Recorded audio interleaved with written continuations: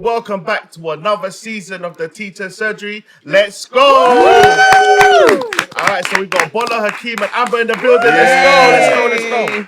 All right, then. So you know what? Before we get started, we've been getting questions. People want to get to know who our members are, right? Yeah. So I'm just gonna ask some questions. Bola, how you doing today? You right? I'm good, Desmond. So what is it that you actually do, Bola? What's your specialty? So I'm a behaviour specialist in secondary school at the moment, dealing mainly with boys, teenage boys.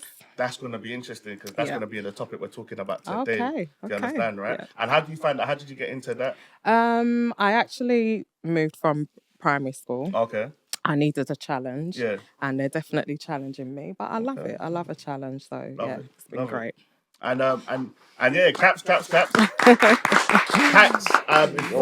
For those teacher surgery, pioneers that have been there from the start, we know that there was an episode where we gave Hakeem a round of applause because of there was a job that you was was a promotion, I think it was. Ooh. But yeah, tell us about yourself and what is it that you for the newcomers that is. I have to say, I appreciate that moment. Respect to my teacher surgery family. I'm an assistant head teacher at SMH Specialist School in North London.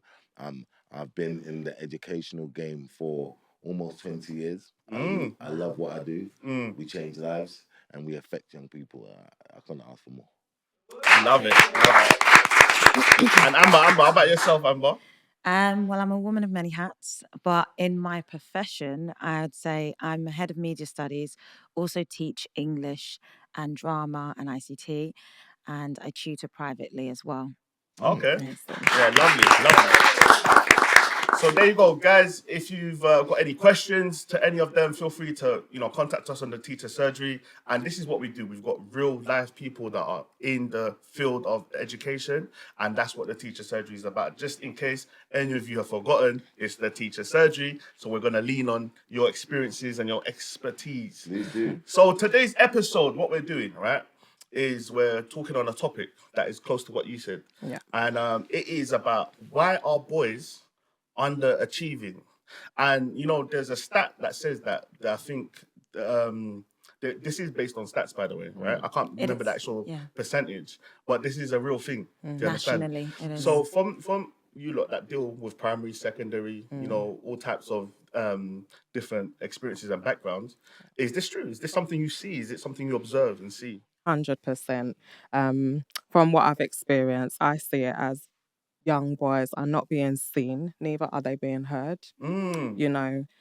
Like I'm quite a soft-spoken person. I'm quite a patient, calm person, and I have found that it's worked in my favor in my role now, because the boys tend to, I don't know, they open up to me about stuff they might not tell other teachers or other work colleagues. So so far so good with them. Yeah. But I mean, they definitely need that soft space or that person they can go to when they're not feeling great. Because I think all that ties into them not achieving well at the end of the day. Do you know what? I would argue there'll be another side. I'll say boys need, I think that softness is what's killing them. The softness? They need the hardness.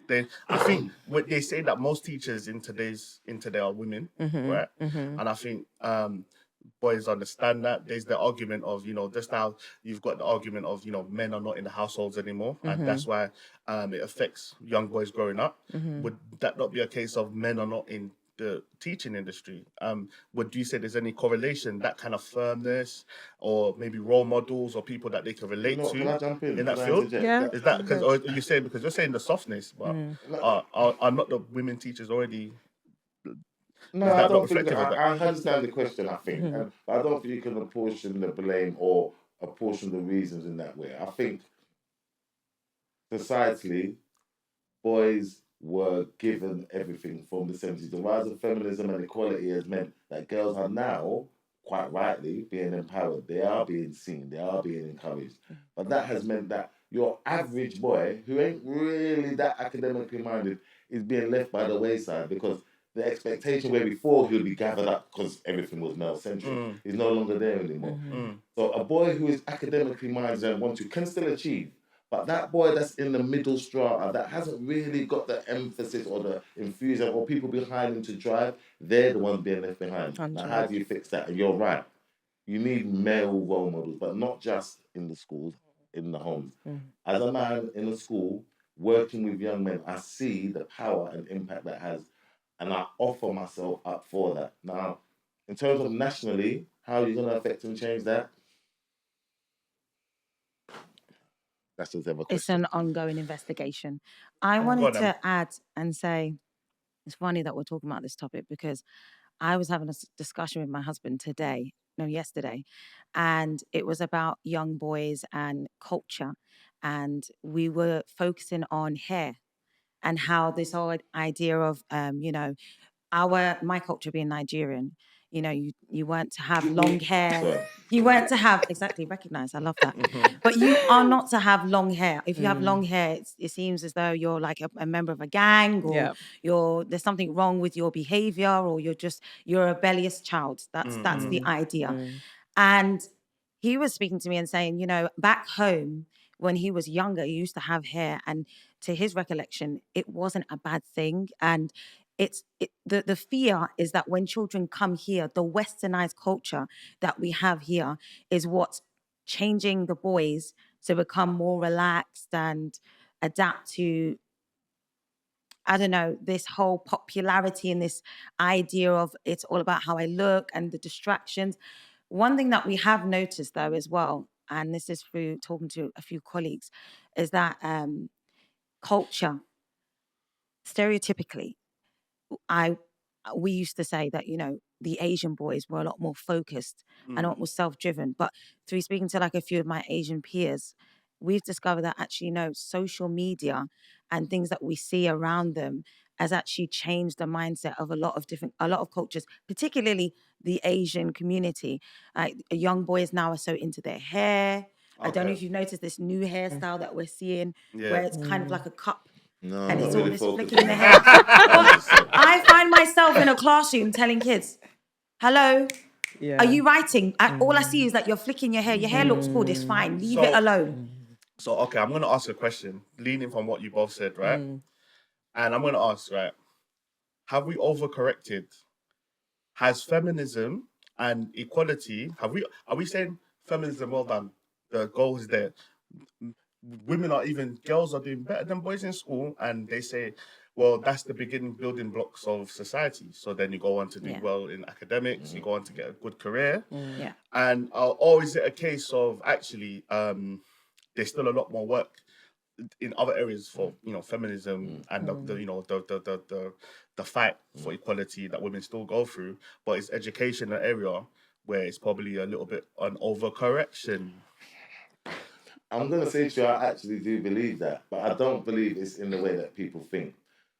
I think we have corrected what we needed to correct, but in doing so, which can happen, we've forgotten that the young boys also need to be supported in that. Okay, and what does that mean? What does that look like? We talk about being a real man. That was very clear about what that was in the 50s, 60s, 70s even. Now it's not so clear. Now, how do we support our young boys growing up into what being a quote unquote real man is when there is nothing, no formal? Wow. You understand? So, okay, me, what do I think? I think that we have to talk more about the human. Yeah. So when I'm talking to a young man or my son, I'm talking about the human being you're going to be. And because he's a male, he will have different interpretations of that. But if he's still intrinsically trying to be a good human being, then he's going to be a good man. Yeah. And that's where I think we need to focus with our young boys. We're saying to them, do you know what? You're a young man. You're male. You're testosterone driven. But I want you to concentrate on being a good human. What does that mean? Be kind. Be empathetic. Be honourable. Be loyal. Be trustworthy. Now, some might say, well, that's not a gender specific thing. And I'm saying I'm not asking it to be. I'm saying I'm asking them to be. But surely it needs to be gender specific. If one gender is and that underachieving. still leaves us with the question of why are they underachieving in comparison to females? Because they've forgotten. Let me just reel off some stats for the audience, right? So, for example, right, at age 5, boys are less likely than girls to reach a good level of development. In one report, it shows that just under 2/3 of boys did so, compared with around 3/4 of girls. At the end of primary school, so key stage 2 in England, data shows that 57 of boys compared to 64% of girls met the expected standard in reading, writing, and mathematics. GCSE level, it showed that in 2023, state-funded schools in England, 68% of girls achieved, GCSE maths and English, right? Grade 4 plus, compared Boys. to 63% of boys, Did right? better. Yeah, Are you saying that the boys did better in maths, right? No, in girl. maths and English, the girls Okay. girls did Girls did better. but better. again, it goes back to the point I made. The emphasis has to be at home. You know, if It is parenting. yeah, the emphasis has to be at home. Part If of it. you're saying to your boy, "Oh, look," because he's just kicking ball, playing bricks, drawing, You've got whatever to it may be, push you're him. playing. You've Yeah, got to you've push got to them encourage him from to. young, You've got to read with him. It's not uncommon for. But even Akin, Sorry. even grown men are dealing with a lot of stuff emotionally. Okay. They're depressed, they're Yeah. this, they're that. If they have a spouse that is not supporting them, they just go downhill. It's the Okay. And you same know with the how boys you- I work Yeah. with in secondary school. I come with the soft approach because I find that is working for them. Thank The you. other male teachers that are coming to them a bit more in an aggressive way, So the they aggressive tend way to is they not- they, Close. they That's just a good- close No, up and sometimes shut sometimes down. I do aggressive. If I have to do aggressive, if I have to It start shouting, depends on the Like in child, context. isn't Like it? there's in Yeah, balance. in context. context, Those boys need balance. exactly. Because you don't want to But be walked I over. do feel like Bola, when she said that she has that soft touch, it works for these boys. Stereotypically, again, because of this whole idea that they have that motherly love Yeah, at home. 100%, So when they see yeah. the teachers doing it, they feel.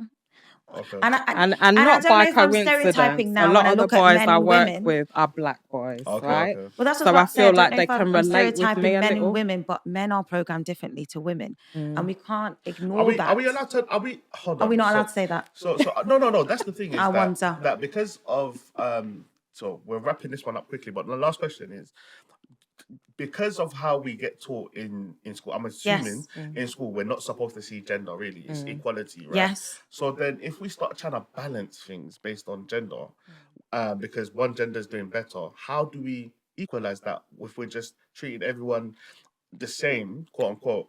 But then actually we're seeing that one group is doing better. How do we We have to how do we adapt. balance that without actually being focused on gender? And and and then how do you do that without the mistake of, falling into, for example, traditional Stereotyping. stereotypes Yeah. and all of these kind of like generalizations between the two genders? But for And someone to tell you that traditional stereotypes don't exist is madness, because it does exist. Not in every child, but the majority is why do we even have the word stereotype? If it didn't exist, we wouldn't come up with a word for it. Do you know what I mean?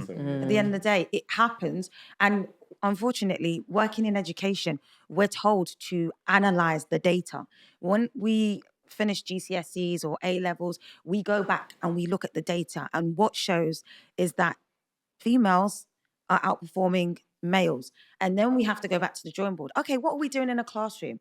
Oh, are we jumping up and down? Are we showing personalized learning with pictures and videos? Are we, so what are we doing then? Are we not stereotyping then? Did okay, we not stereotype? all right then. So that no. we're gonna have to do a part 2 of that one. We need a part 2 and a part 3 and a And part a 4. part four. because that's some, yeah. All right, so that's the end of that episode. Uh. All right, thank you everyone. Don't forget to like, share, and subscribe. Okay. Peace. Yeah.